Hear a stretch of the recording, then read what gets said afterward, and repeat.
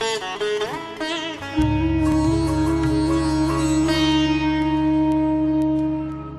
जिनेन्द्र, जय महावीर। नमो अरिहंताणम, नमो सिद्धाणम, नमो आयर्याणम, नमो वज्जायाणम, नमो लोये सव्वसाहूणम। एषो पंचनमुक्कारो सव्वपावपणासणो मंगलाणम च सव्वेसिं परमं हवै मंगलम। संसाરમાં જીવન જીવતી દરેક વ્યક્તિ સતત દોડતી રહે છે, મહેનત કરતી રહે છે, કંઈક પ્રાપ્ત કરવા માટે, કંઈક પામવા માટે એનો પુરુષાર્થ હંમેશા ચાલતો રહે છે। શું પામવું છે માણસને? મુખ્યત્વે ત્રણ વસ્તુની લાલસાની પાછળ માણસ વધુ દોડ્યો છે અને એ ત્રણ ચીજ એવી છે કે જે જીવન માટે જરૂરી પણ છે, પણ જરૂરિયાત જેટલી મળે તો લાભદાયી છે, જરૂરથી વધારે જ્યારે આવી જાય ત્યારે નુકસાનકારક પણ બની શકે છે। એ ત્રણ ચીજ છે। પહેલો નંબર છે ખોરાક।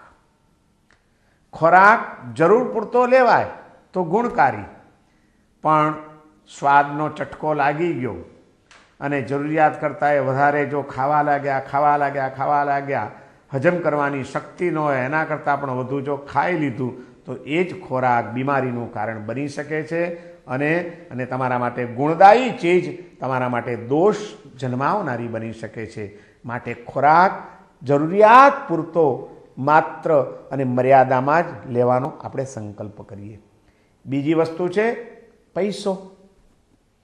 માણસને જીવન જીવવા માટે પૈસો પણ જરૂરી છે, પણ એ પૈસો પણ જરૂરિયાત પૂરતો મળે તો એ જરૂરી છે, પણ જ્યારે પૈસો જરૂરિયાતથી વધી જાય છે, હદ બહારનો આવી જાય છે, ત્યારે એ જ પૈસો માણસને રવાડે ચડાવતા પણ વાર લાગતી નથી।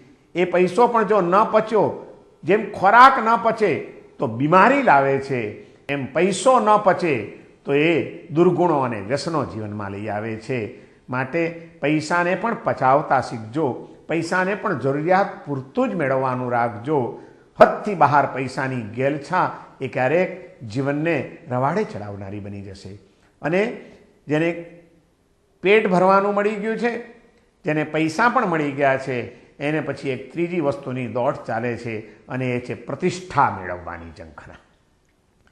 સંસારમાં યોગ્ય પ્રતિષ્ઠા પ્રાપ્ત થવી પણ જરૂરી છે, વ્યવહારમાં એનું પણ મહત્ત્વ છે, પણ એ પ્રતિષ્ઠા પણ હદથી બહાર જ્યારે મળવા માંડે, બહુ વાહવા થવા માંડે, લોકો ખૂબ તમારી પાછળ પ્રશંસા કરવા લાગે અને એ પ્રતિષ્ઠાને પણ જો પચાવતા ન આવડી તો અહંકાર માણસને ખતમ કરી નાખ્યા વિના રહેતો નથી। રાજા રાવણ જો માર્યો ગયો હોય તો અનેક વિશેષતાઓ હોવા છતાં એના અહંકારે એને પછડાટ આપી દીધી છે।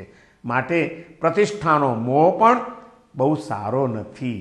જરૂરિયાત પૂરતો ખોરાક, જરૂરિયાત પૂરતો પૈસો અને મર્યાદામાં પ્રતિષ્ઠા મળે તો ત્રણેય ચીજો ગુણકારી, અને પચાવી ન શકીએ એટલો પૈસો મળે, પચાવી ન શકીએ એટલી પ્રતિષ્ઠા મળે અને પચાવી ન શકીએ એટલું ખાવાનું મળ્યા કરે તો ત્રણેય ચીજો નુકસાન કર્યા વિના પણ રહેતી નથી। આવો આપણે જાગૃત બનીએ। આપણી જરૂરિયાત કેટલી છે, આપણે કેટલું પચાવી શકીએ એમ છીએ, આપણી ક્ષમતા કેટલી છે એ સમજીને જ આ ત્રણેય વસ્તુની પ્રાપ્તિની પાછળ આપણે ચાલીએ।